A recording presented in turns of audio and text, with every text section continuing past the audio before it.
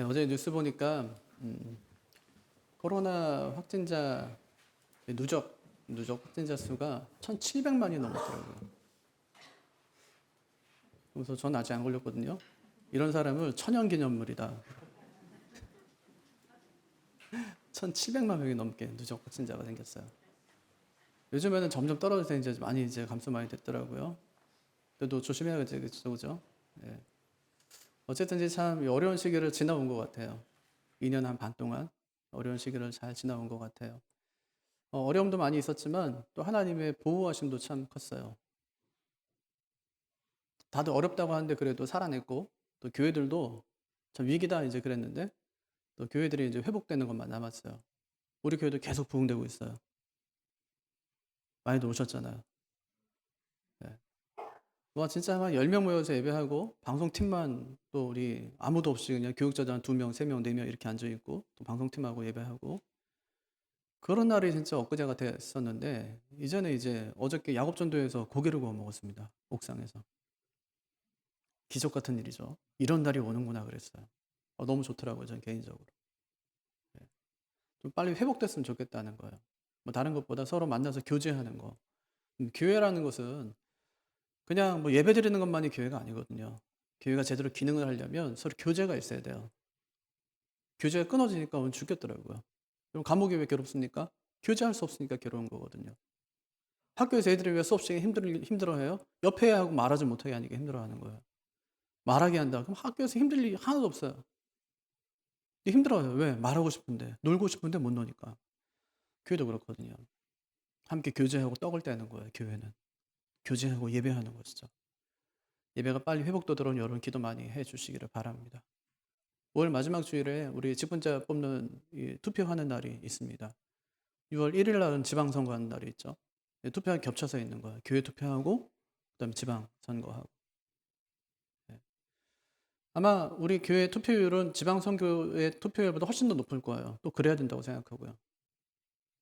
교회에서 일꾼을 세우는데 뭐 절반밖에 안 온다. 예, 지금 적은 숫자가 와서 일꾼을 선출한다. 그건 뭐 말이 안 되는 거죠. 나는 뭐 해당 사항 없으니까. 아예 목사님 저는 뭐 해당 사항도 없는데 집사 되고 권사 될 것도 아닌데 왜 매주마다 이렇게 집사 설교하고 왜 권사 설교 하세요? 할 수 있어요. 예. 근데 왜 해야 되냐? 5가지 이유 때문에. 첫째, 교회는 한 몸이니까. 가장의 역할이 있는 겁니다. 또 아내는 아내의 역할이 있는 것이죠. 부모는 부모의 역할이 있는 거예요.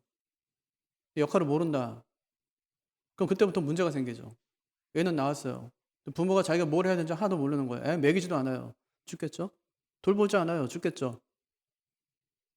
왜 애를 죽게 방치했습니까? 저는 뭘 해야 될지 몰라서 제가 그랬습니다. 그럴 수 있어요. 모르니까. 하지만 그래서 안 된다는 거죠. 교회가 왜 직분에 대해서 왜 배워야 되냐? 한 몸이니까. 역할을 알아야 되는 겁니다. 그 두 번째, 직분자의 선출이 나의 신앙생활과 직결되기 때문에 그래요. 왜 검사를 뽑고 우리가 집사를 뽑죠? 교회 일이 있기 때문에. 그를 누가 해야 돼요? 집사 권사가 하는 거예요. 누구를 위해서요? 하나님을 위해서 하지만 우리를 위해서 하는 거예요. 그러니까 그분이 어떤 일을 해야 되는지 어떤 일을 하는 분인지를 알아야 제대로 선출을 할 수 있다는 말이죠. 세 번째 이유 있어요. 하나님은 우리가 직분대로 선출할 때 우리의 투표로 세우기를 원하세요. 지명하지 않아요. 그럼 제가 만약에 제 마음에 드는 사람을 한번 지명한다고 생각해 보십시오. 그럼 어떻게 될까요, 교회가? 난리가 나겠죠? 제가 만약에 장관 세우듯이 한번 한다고 생각해 보세요. 제가 대통령처럼 그 권위를 가지고 권한을 가지고 장관 세우듯이 내가 원하는 사람들 갖다가 그 자리에 세운다고 한번 생각해 보십시오. 끔찍한 일이 벌어질 거예요. 끔찍한 일이. 네, 하나님 그걸 기뻐하지 않으세요. 선거를 통해서 여러분의 손으로 투표해서 직분자를 세우기를 원하세요. 네 번째는 직분자의 자격에 대한 가르침이 우리의 신앙의 기준을 제시하기 때문에 그래요. 아, 권사는 이런 분이구나. 집사는 이런 분이구나. 내가 지금 집사는 아니고 권사는 아니지만 난 집사가 되려면 이런 준비를 내가 해야 되겠구나 하는 신앙적인 자격 기준, 그 기준을 알게 된다는 말입니다. 5번째가 있어요. 직분자의 역할을 알아야 그를 도와 교회를 세워갈 수 있기 때문에 그렇습니다. 그리고 회사에 갔어요. 부장이 뭐 하는 일인지 여러분 아십니까? 대리가 뭐 하는 일인지 아세요? 사장은 뭐 하는 사람이죠? 알아야 돼요. 왜요? 그래야 그를 도와서 일을 함께 할 수 있으니까. 교회 직분도 마찬가지입니다. 직분이 있다는 것은 직무가 주어진다는 것이잖아요. 직무 때문에 직분이 생기는 것이니까요. 근데 직분자가 무슨 일을 하는지도 모르고 우리가 집사를 세운다, 권사를 세운다? 말이 안 되는 것이죠. 어느 책에서 교회에서 가장 무서운 사람이라는 글을 제가 읽었어요. 교회에서 가장 무서운 사람은 새벽 기도에 한 번도 안 빠지고 나온 집사님. 40일 금식 기도를 다녀온 권사님의 눈길이 가장 무섭다 이렇게 썼어요. 왜 그럴까? 그 집사님 머릿속에는 목사님이 언제 어느 날 새벽 기도에 빠졌지 하는 그 횟수와 날짜가 정확하게 기록되어 있고, 권사님의 시선에는 너는 왜 금식하지 않냐는 무언의 질타가 섞여 있기 때문이랍니다. 기도하는 사람이 무서워요. 새벽에도 한 번도 안 빠진 사람이 무서워요. 그게 자기가 될 수 있기 때문에. 그럼 그렇게 할 바에는 아이를 그냥 좀 빠지세요. 너무 안 나오지 말고 좀 빠지세요. 혹시 내 의의가 내가 열심히 한다는 것이 다른 사람들을 정죄하는 도구나 수단이 된다면 그것은 바람직한 것이 아니다 하는 것입니다. 내가 열심히 새벽기도 하고 금식기도 한 것이 다른 사람을 질타하는 도구가 된다면 그것은 옳은 것이 아니라는 말입니다. 때로 그럴 수 있어요. 저는 술 안 마시니까 어떻게 예수 믿으면 술을 마셔? 이해가 안 될 수 있죠. 예수 믿는 사람들이 어떻게 담배를 펴? 어떻게 예수 믿는 사람들이 술 안 마신다고 그러지만 술집을 가? 이해가 안 되네. 가는 사람이 있으면 정죄하는 거예요. 어떻게 예수 믿는 사람이 저럴 수가 있어? 나는 안 마시지만 더 큰 죄를 범하고 있는 거야. 다른 사람을 정죄하니까. 하나님도 정죄하지 않는 그 정죄를 내가 하고 있으니까. 어떤 목사님 그러대요. 그런 마음이 들거든 그냥 담배 한 대씩 피라고. 혹시라도 그런 마음이 들면. 혹시라도 그런 마음이 들면 술 한 잔씩 하라고 그러더라고요. 예. 차라리 술을 마시는 것이 정죄하는 것보다 덜 큰 죄라고 해서. 그럼 왜 인자한 권사님의 이미지가 이렇게 변질된 것일까요? 원래 권사님 하면 이름도 빛도 없이 교회를 섬기고 성도를 돌아보는 따뜻한 이미지, 그런 이미지 아닌가요? 이 목사의 든든한 후원자이자 또 목회의 실질적인 동역자 아닙니까? 권사님 하면 헌신의 상징이고 기도로 교회를 지키는 영적인 파수꾼 아닙니까? 근데 왜 사람들 눈에 권사님은 무서운 사람 이렇게 인식되게 됐을까요? 왜 마치 권사가 교회 시어머니처럼 그렇게 불편한 사람이 된 것일까요? 그건 다른 것이 아니라 직분에 대한 잘못된 이해와 역할의 오해 때문에 그렇습니다. 권사라는 직분이 성경에 나옵니까? 안 나옵니까? 없어요. 성경 안 나온다고요. 직분이 없어요. 교회의 필요에 따라서 생겨난 직분입니다. 그래서 성경에 있는 목사, 장로, 집사, 이거는 이제 성경적 직분이다 그렇게 부르고요. 권사, 전도사, 강도사, 예전에 권찰이라는 직분이 있었어요. 집사 되기 전에. 권찰 이런 직분들은 헌법적 직분이다 그렇게 부릅니다. 그럼 성경에 없는 걸 만들어낸 거냐? 그런 건 아니에요. 권사라는 이름이 성경에는 없지만 직분은 암시되어 있습니다. 실제적으로 초대교회에서 권사의 일을 했던 사람들이 있어요. 예를 들면 유오디아와 순두계 같은 사람들이죠. 예, 권사님 대장들이었어요. 교회를 실질적으로 이끌어가는 여자 대장부 같은 분들이었어요. 근데 문제는 뭐냐면 둘이 이제 극렬하게 싸웠다는 것 아닙니까? 서로 다투었다는 거예요. 말로 막 상처를 주고 다투었다는 거예요. 그래서 바울이 이제 권면하죠. 제발 말로 싸우지 마세요. 그 화평을 좀 이루세요 하고 이제 부탁하는 겁니다. 있었다는 거예요. 그런 직분을 감당하는 사람들이. 근데 직무가 있는데 부를 직분이 없다면 어떻게 해야 될까요? 우리나라 초기교회 장로교회에서도 권사를 뭐라고 불렀냐면 전도부인이라고 불렀어요. 전도부인. 좀 이상하잖아요. 전도부인. 야, 대단한 것처럼 보이긴 하지만 약간 이상하잖아요. 그걸 계속 부를 수 없는, 이 전도부인님 이렇게 부를 수는 없잖아요. 김 전도부인님. 그러니까 분명히 그 직무를 감당하는 분이 계셨는데 부를 만한 호칭이 없어요. 그럼 어떻게 하면 되죠? 그때는 어떻게 하면 되죠? 만들면 되죠. 예. 부를 만한 호칭을 그 직분을 만들면 되는 겁니다. 그 권사의 직분을 처음 만든 분이 감리교의 창시자인 요한 웨슬레입니다. 1746년에 권사라는 제도를 처음으로 교회에 도입했어요. 그분은 감리교의 창시자죠. 왜 그랬냐면 그 당시에 목회자가 너무 부족한 거예요. 설교자가 부족해요. 그러니까 헌신된 사람 중에서 일부를 택해서 그분들에게 훈련을 시켜서 설교자로 세운 겁니다. 처음에 권사님이 세워졌을 때는 신방의 목적이 아니에요. 성도를 돌보는 그런 목적이 아니에요. 설교자로 세우는 거예요. 그때는 성도들이 이제 교회 안에 들어오잖아요. 초신자들 들어오면 이들을 훈련시켜가지고 세례를 받게 해야 되는데 세례를 받게 할 만한 사람이 없는 거예요. 그래서 권사님들을 세웠어요. 그래서 그들에게 설교를 하게 하고 그들을 훈련시켜서 세례받게 했습니다. 실질적인 목사의 역할을 했던 사람들이 권사님들이었어요. 영어 성경에서 권사를 찾아보면 실제로 뭐라고 나오냐면 권하는 자, 훈계자, 평신도 설교자 이렇게 돼 있어요. 권사 뭐 하는 사람이에요? 설교자예요. 단순히 신방하는 사람이 아니라고요. 설교 전문가였습니다. 평신도 목회자였던 것이죠. 1885년에 이제 우리나라에 감리교회가 들어와요. 감리교회가 들어오니까 자연스럽게 직분이 생기겠죠? 이 권사라는 직분이 생긴 겁니다. 초기 감리교는 장로나 전도사 이런 제도가 없었어요. 그 역할을 누가 했냐면 권사들이 했어요. 장로의 역할, 전도사의 역할, 권사들이 전부 했던 겁니다. 그래서 그들은 전도인을 권사라고 불렀어요. 권사가 목회자의 역할을 한 셈이죠.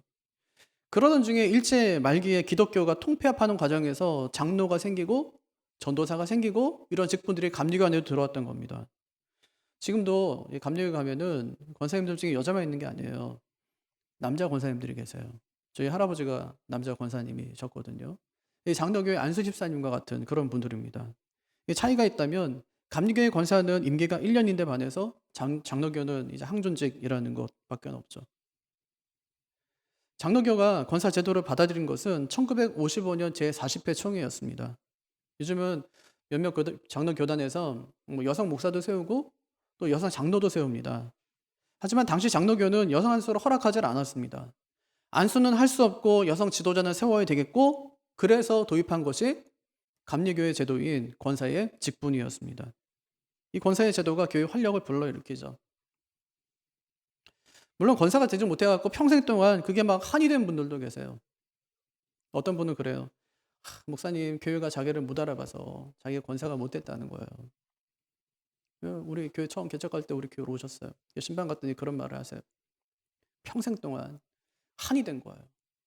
아니 내가 분명히 권사감인데 권사를 안 시켜준다는 거예요 교회가. 목사님이 시켜주면 되는데 목사님이 안 시켜준다. 그 제가 그랬어요. 아니 집사님 어떻게 목사가 권사를 세웁니까? 그건 말이 안 되지. 저도 한편인데. 저한테 그래요. 목사님 저 좀 권사 좀 세워달라고. 제가 어떻게 권사를 세웁니까? 저도 한편인데. 한이 되는 거예요. 그래서 이런 얘기를 해요. 자기를 알아보는 목사들이 있다는 거예요. 가끔 가다가. 개척교회 목사님들이. 자기한테 그런데 우리 교회면 내가 권사 시켜줄게요. 우리 교회 오세요. 그래서 가봤대요. 그랬더니 영 자기가 다닐 교회는 아니더래요. 그게 평생 한이 되는 거예요. 그런 분들이 가끔가다 있단 말이에요. 그런 분들, 그런 극소수의 사람들을 제외하고 이 권사는 한국교회 성장에 큰 역할을 했습니다. 권사는 사실 뭐 교회 살림꾼 아닙니까? 막강한 기도 부대죠. 거기다가 전도 특공대입니다. 권사님들이 안 계시면 아마 교회가 잘 안 돌아갈 거예요. 실제로 우리 교회 권사님들도 일을 참 많이 하세요. 그래서 어떤 일이 막 벌어질 때, 그럼 이 일을 좀 누가 했으면 좋겠을까 했을 때 가장 처음에 나오는 게 항상 권사회예요.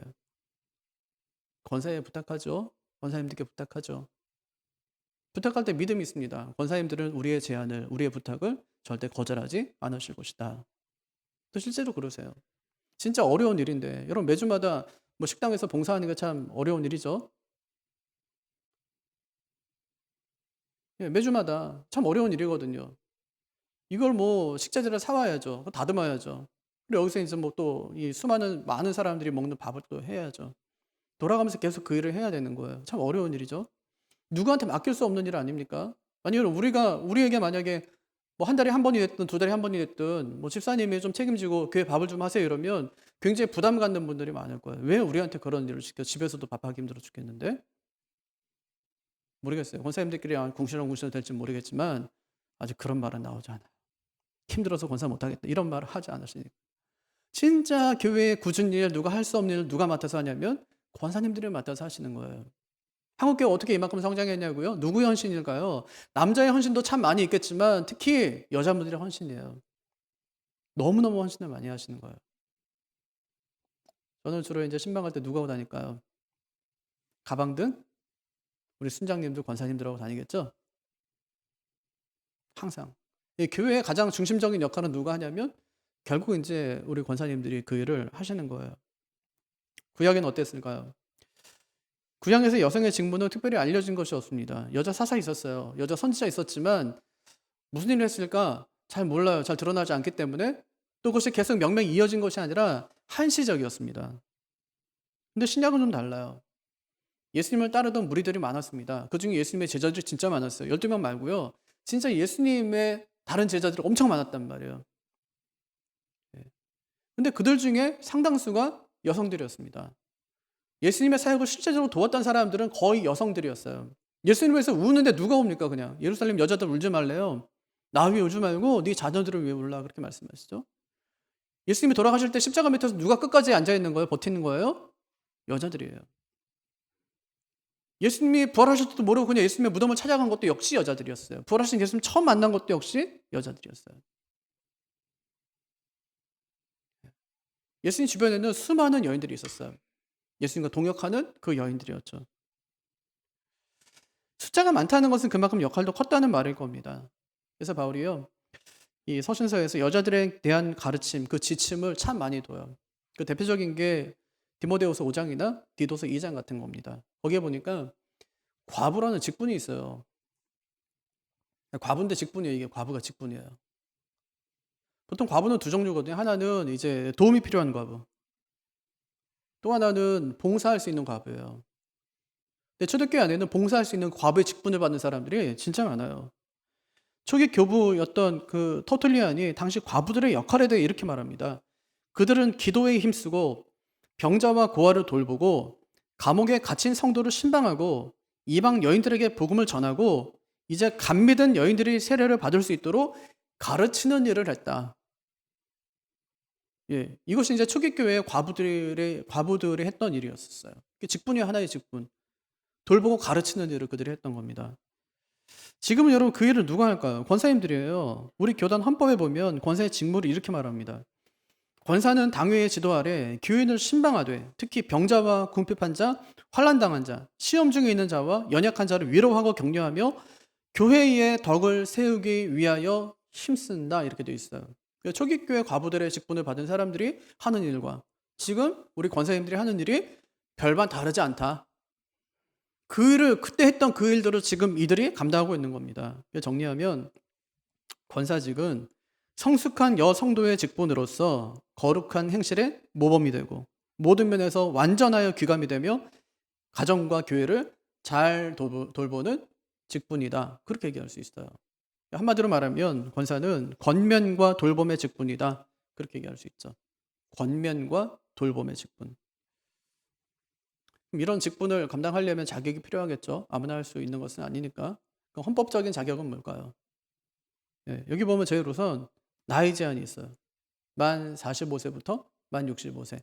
권사 신무 연하는 70세까지거든요. 적어도 그러니까 65세쯤 돼야지 한 5년 정도는 신무 권사로 봉사할 수 있게 그렇게 해놓은 겁니다. 실제로 미국 교회에서 권사는 나이가 든 여집사 이렇게 불려요. 나이가 든 여집사. 그럼 나이만 많으면 될까? 그렇지 않아요. 두 번째 자격이 행위가 적합하고 생활에 모범이 되는 자예요. 왜 그럴까요? 권사가 돌봄과 권면하는 직분이기 때문에 그 직분을 수행하려면 직분에 맞는 행동을 하고 생활을 해야 한다는 말입니다. 세 번째 자격이 좋은 명성과 건전한 판단력을 가진 자예요. 무슨 얘기냐면 소문이 좋아야 된다는 말이에요. 권사는 소문이 좋아야 된다. 그리고 생각이 건전해야 돼요.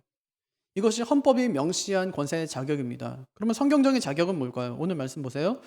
여자들도 이와 같이 정숙하고 모함하지 아니하며 절제하며 모든 일에 충성된 자라야 할지니라 그렇게 얘기하죠. 8절부터는 누구 얘기했어요 지금? 집사 얘기.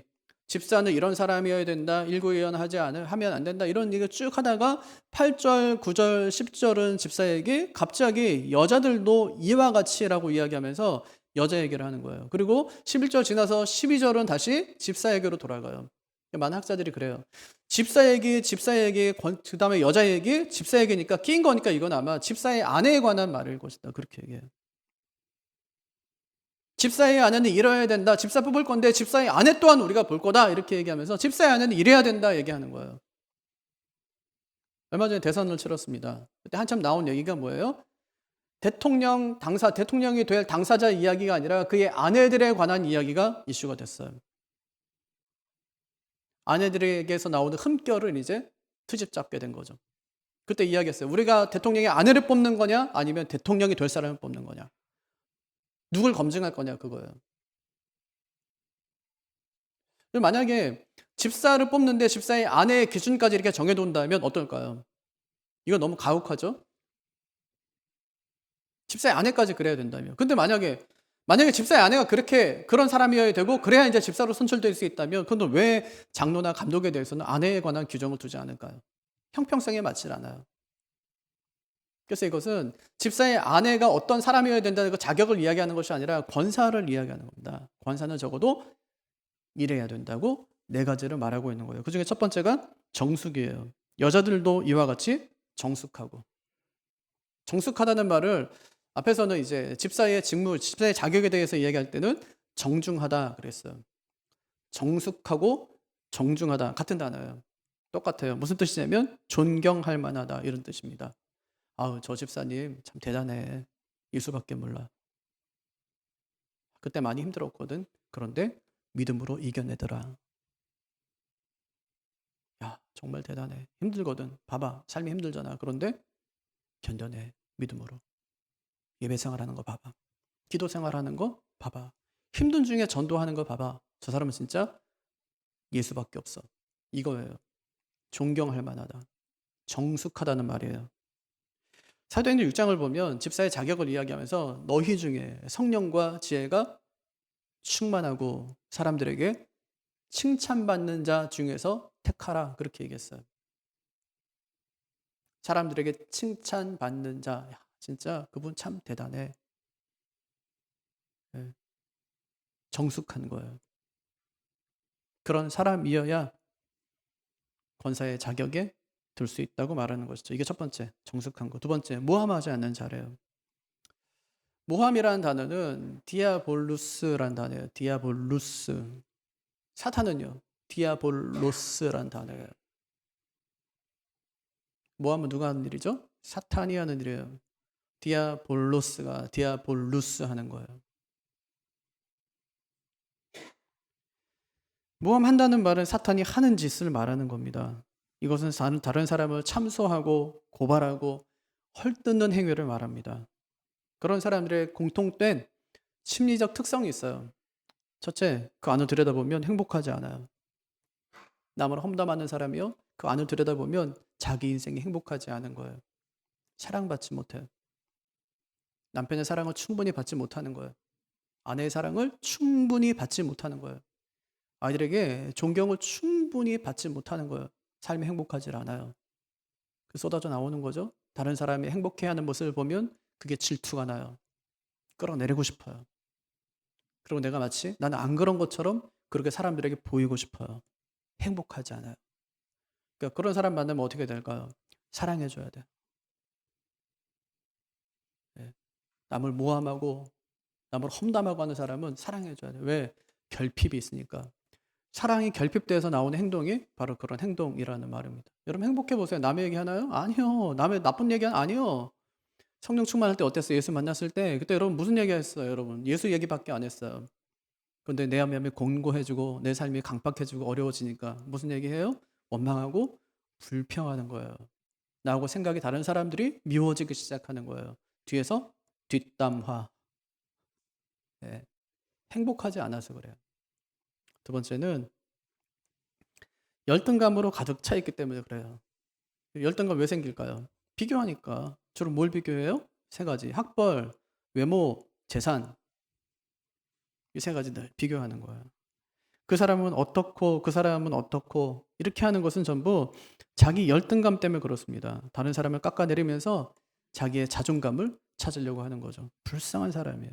세 번째, 극단적 이기주의, 편견, 고정관념이 강한 겁니다. 이런 사람의 특징이 있어요.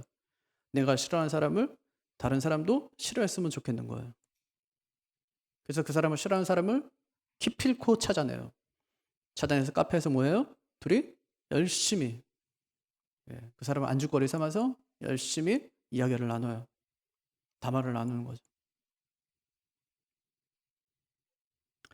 그렇게 모여서 합심해서 막 열심히 그 사람에 대한 험담을 하는 겁니다. 이렇게 신나게 하다가 얼마 지나지 않아서 그들끼리 또 관계가 깨져요. 그럼 다른 사람 만나서 또 그 사람에 대한 그 뒷이야기를 하기 시작하는 것이죠. 이 지긋지긋한 악순환입니다, 이것이. 마지막 네 번째가 있어요. 질투가 심하고 실력이나 능력이 부족한 거예요. 나보다 잘 나가는 사람, 잘하는 사람 진짜 미운데 그 사람과 싸워서 이길 자신이 없어요. 그러니까 얼마나 속이 상하겠어요. 그래서 상대방을 끊임없이 모함하고 헐뜯고 끌어내리려서 내가 더 높아지려는 그 비겁함과 그 못난 마음이 그들 마음 가운데 있는 겁니다. 그런 사람들 만나면 어떻게 해줘야 돼요? 사랑해줘야 돼요. 불쌍히 여겨야 돼요. 그 말에 동조하는 게 아니라 아이고 참 불쌍하다 생각해야 돼요.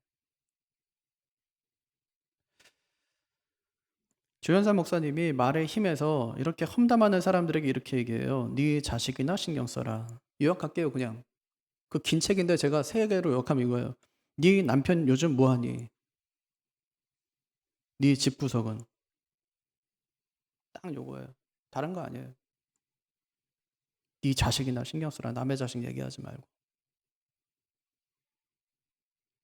네 남편 요즘에 어떻게 지내는지 알기나 하니?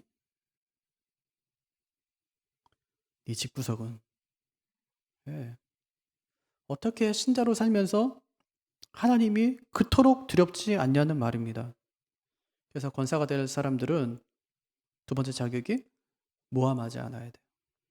마귀가 하는 짓을 직분자가 해서는 안 되기 때문에 그런 사람 세울 수는 없다고 말하는 거예요. 두 가지 얘기했죠? 첫 번째, 권사의 자격 첫 번째, 정숙해야 된다.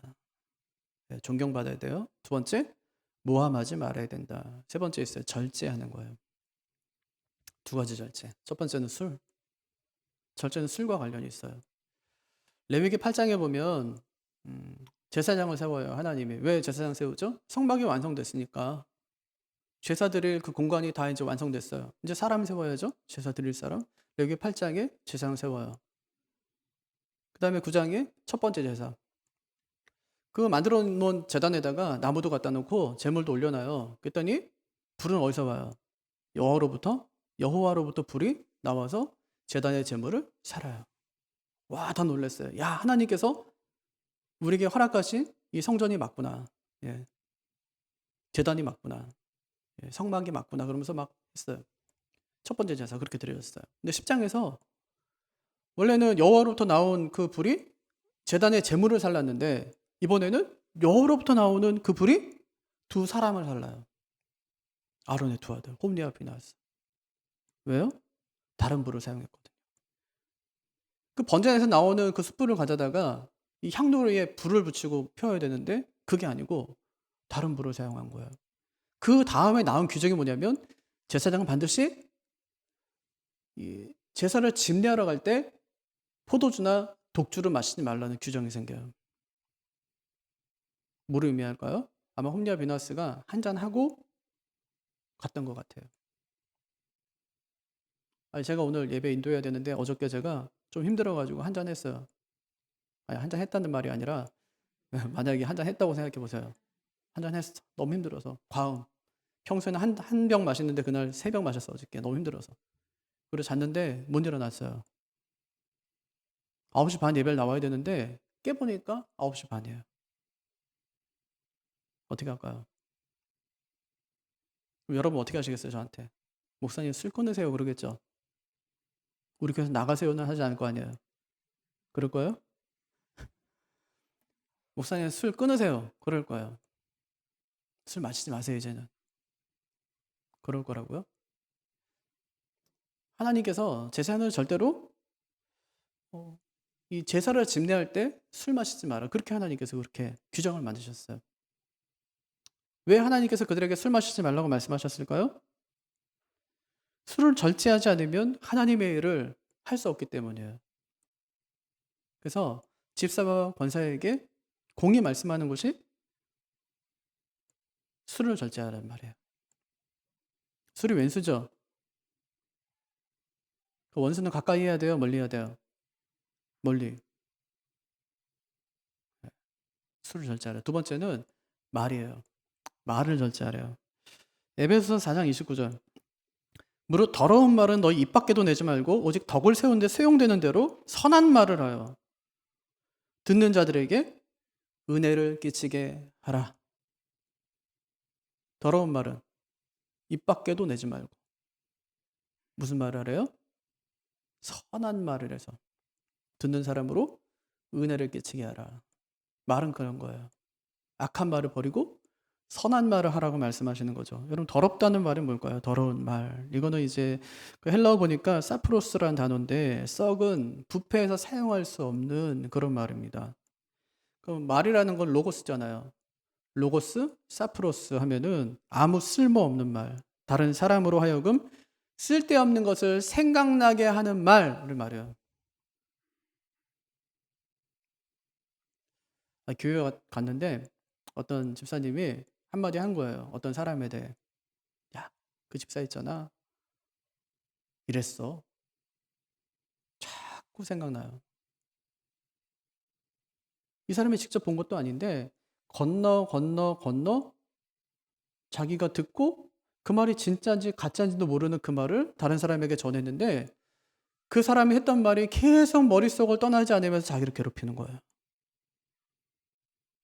그 말은 무슨 얘기라고 하냐면 무릇 더러운 말. 다른 사람들이 듣고 생각하지 않아도 되는 그런 말.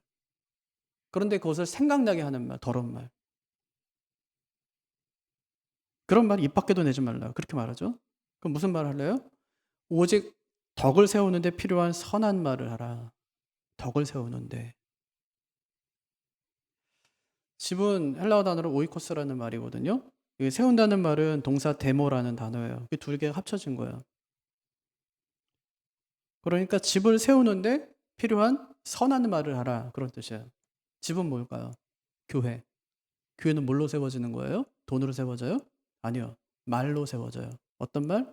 선한 말. 은혜를 끼치는 말. 그런 말로 교회가 세워진다고 말하는 것이죠. 그럼 제가 자녀 교육을 잘하는 집을 봤어요. 그랬더니 뭘 하냐면 아이에게 굉장히 선한 말을 해요. 네. 걱정하지 마. 괜찮아, 괜찮아. 괜찮아. 너 지금 잘하고 있어. 그렇게 해요. 엄마, 아빠 괜찮아. 상관없어. 너 공부 잘하지 못하지. 너 엄마, 아빠니까. 딸이니까 괜찮아. 너 잘 될 거야. 하나님께 너 그냥 두지 않으실 거야. 아유, 엄마, 아빠가 늘 너 위해 기도하는데. 교회에서 목사님 늘 너 위해서 기도하는데. 아유, 걱정하지 말으라고.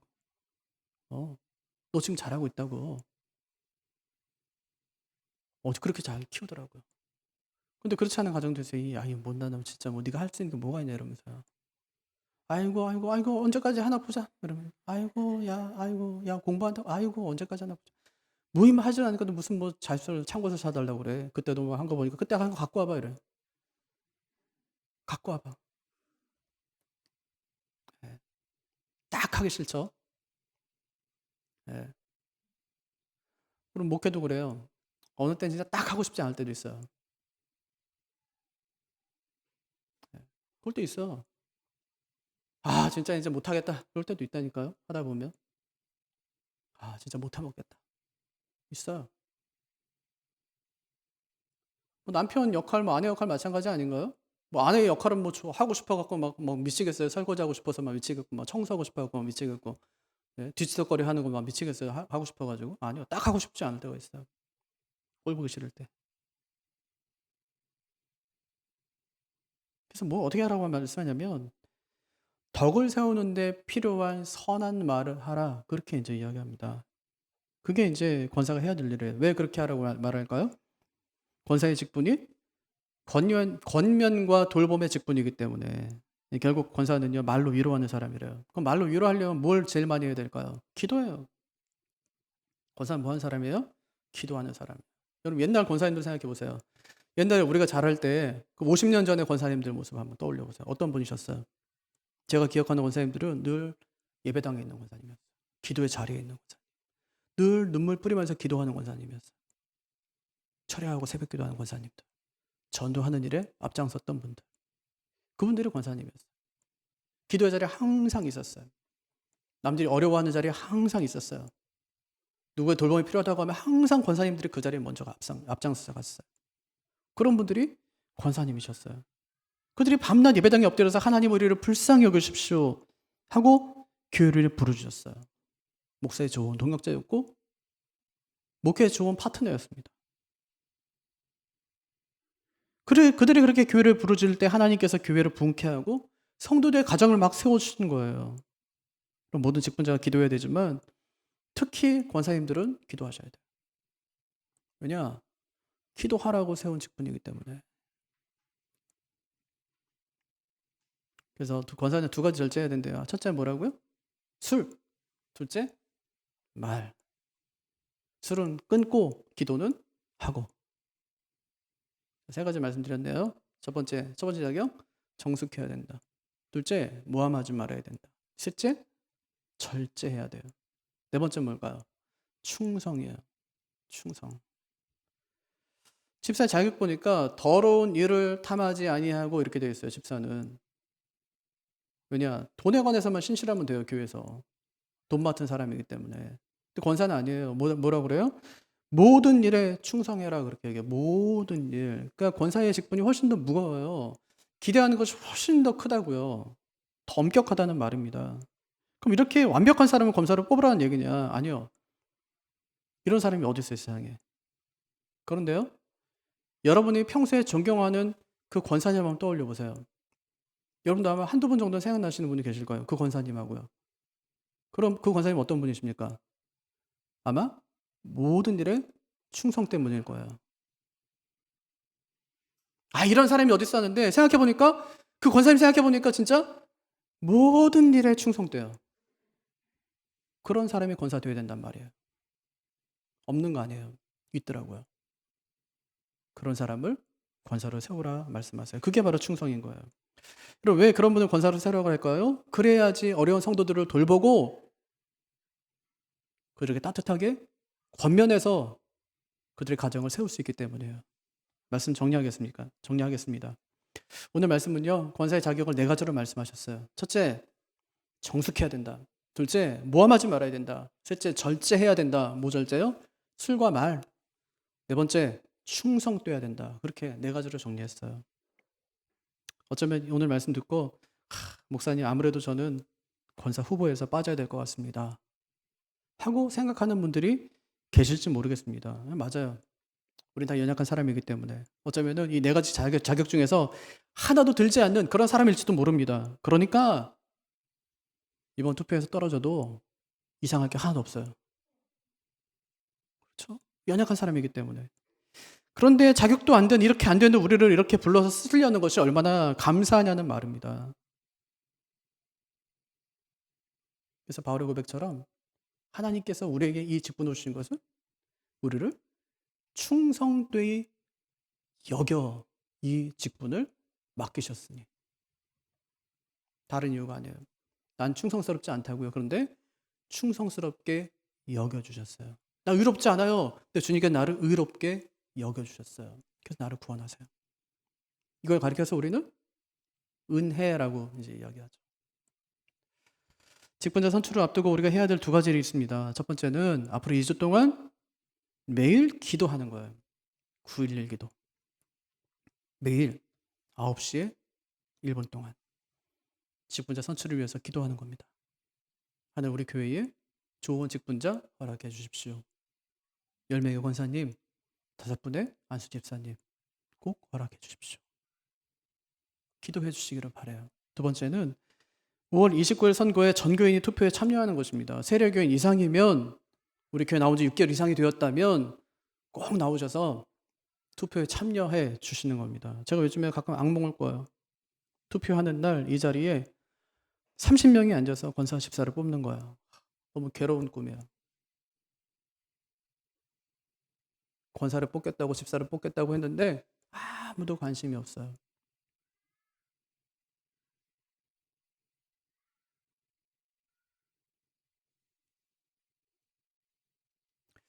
우리 교회가 설립된 지 7년이 지났는데요. 7년 만에 처음으로 권사 투표를 해요.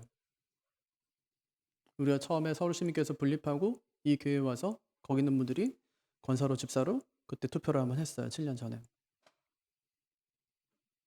그리고 처음으로 7년 만에 권사님을 뽑아요. 왜 그랬을까요? 다 젊은 거예요. 권사님 나이에 다 들질 않는 거예요. 만 45세가 돼야 되는데 해당되는 분이 별로 없어요. 7년이 지나고 나니까 해당되는 분들이 많이 생겨지게 됐어요. 저는 명단을 보면서 감사했어요. 나이 들어서 감사가 아니라 좋은 분들이 함께 하셔서 너무 감사하다는 생각이 들었어요. 어떤 분이 되셔도 이 직분을 능히 감당할 수 있는 그런 분들이 교회 안에 많이 있다는 것이 얼마나 감사한지 모릅니다. 여러분, 투표하는 그날 꼭 오셔라 이게 아니에요. 반드시 오셔야 됩니다. 지금까지 안수 입사 투표하고 장로 투표하면서 많은 분들이 오셨어요. 정말 내일처럼 생각하면서 다들 오셨어요. 오셔서 하나님께서 투표를 통해서 당신의 직분자를 세우시는 것을 우리 두 눈으로 목격했어요. 이번 선거 때도 기도하는 것만큼 중요한 것이 오셔서 함께 투표에 참여하는 것입니다. 하나님께서 우리 교회에 하시는 일들을 함께 보면서 하나님이 일꾼 세우시는 일에 동참하는 우리가 되기를 바랍니다. 하나님께서 우리 교회에 좋은 일꾼을 허락해 주려고 합니다. 이 일이 우리 교회와 여러분에게 복이 되기를 바랍니다. 또 하나님이 우리 교회의 직분을 사모하는 많은 분들을 허락하셔서 꼭 집사님 5분, 권사님 10분이 선출되는 은혜가 우리 교회 안에 있게 되기를 주님의 이름으로 축복합니다.